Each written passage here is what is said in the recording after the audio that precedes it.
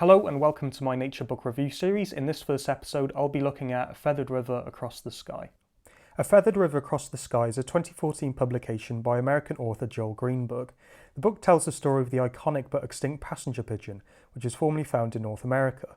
From flocks of billions of birds that darkened the sky in the mid-19th century to extinction a few decades later, this book highlights the sad reality when human pressures go too far and serves as a reminder that it's in all our interest to protect the species we have left.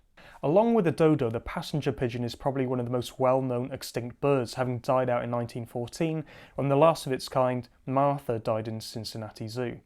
But public familiarity with the bird itself and what exactly led to its extinction did waver somewhat as time went by, and this was certainly the case a couple of decades ago when the bird had been extinct in the wild for over 100 years and there hadn't been a new publication about the species since 1955. So when Joel went on to research for this book, he wanted its publication to coincide with the 100-year anniversary of Martha's death under his wider project Passenger Pigeon, which is all about informing as many people as he could about the fate of this species in time for that anniversary. From what I've gathered, it took him about 5 years of research before he published this book in 2014. So this was a project that took a long time for him to get off the ground.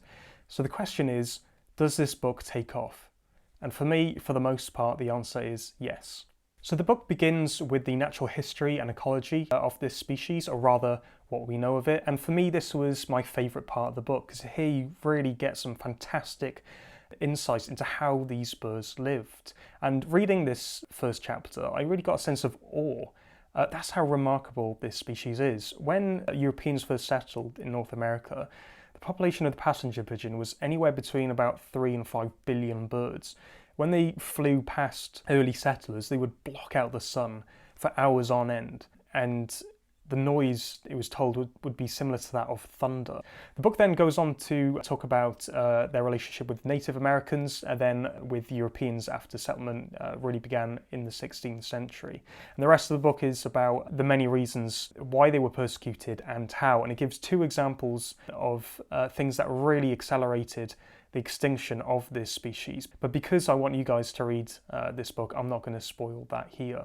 Going into this book, I was slightly worried about what its tone would be, particularly since it was dealing with something as serious as extinction. Books that are typically very depressing don't really appeal to me at all. The best nature books, in my opinion, are the ones that really inspire the readers, the ones that make them care about the species or landscape that they're talking about, and make the readers want to read more books in the future. So I was very happy that this book's tone was quite straight down the middle. This isn't a very emotive book, and it doesn't really need to be, in a sense. I think one of the reasons why is because the bird has been extinct now. The battle is lost. And I think it makes sense to have more reflective tone rather than emotive tone that you often get in books about landscapes and species that are still with us. You will probably leave this book feeling a tiny bit down, but equally, you'll probably leave this book with a sense of wonder that such a bird existed at all. So one of the things I really like about this book is that you can really tell that Joel has put his heart and soul into this project. At times I even got a sense of self-satisfaction between the lines. And quite right, he should feel like this. This is a tremendous effort on his part. This will probably be his most prominent legacy. And no doubt Joel unearthed long forgotten things about this species through his research in the archives. After publishing this book, he then went on to do the documentary From Billions to None, which is available on YouTube. I would recommend you watch this documentary. I don't think it's as impactful as the book itself. I would recommend you read the book first. But certainly if you want to know more about Joel, I would recommend you watch this documentary. I will put a link in the description below.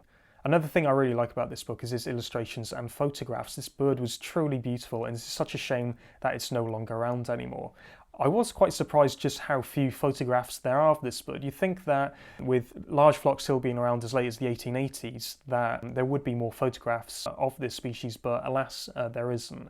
And hats off to Joel. I can only imagine what it must have been like for him to research for 5 years with barely any luck finding any new photographs of this species. In terms of the negatives of this book, there are a couple. I think that at times it might be slightly overwritten, particularly in chapter 3 and chapter 6. I think sometimes too much is spent on the people involved in the killings and to a degree on the killings themselves. I certainly think that this book could be slightly tighter with what it talks about. Another thing that I would have liked to see improved was the ending. The ending of this book is a sort of general cautionary chapter on extinction, and that's fine.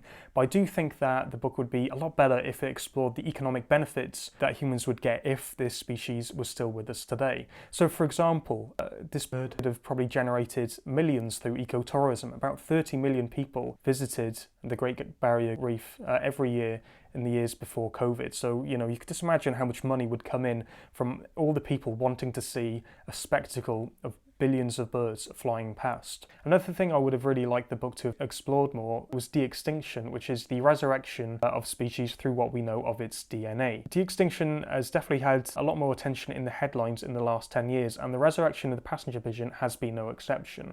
In the book, only about half a page is dedicated to de-extinction in the appendix section, and I think is a topic that merited a lot more attention. I think it would have been a fascinating chapter. So I think if he cut a section in the middle and had a chapter on the economic benefits of the species if it was still alive and the de-extinction, that would have elevated this book into a classic. As it stands, this book is still really good and I would still recommend it. If you have read this book, please let me know what you think in the comments. And if there's any other books that you'd like me to review, then also please comment below as well. Until next time, thank you very much for watching and have an excellent rest of your day.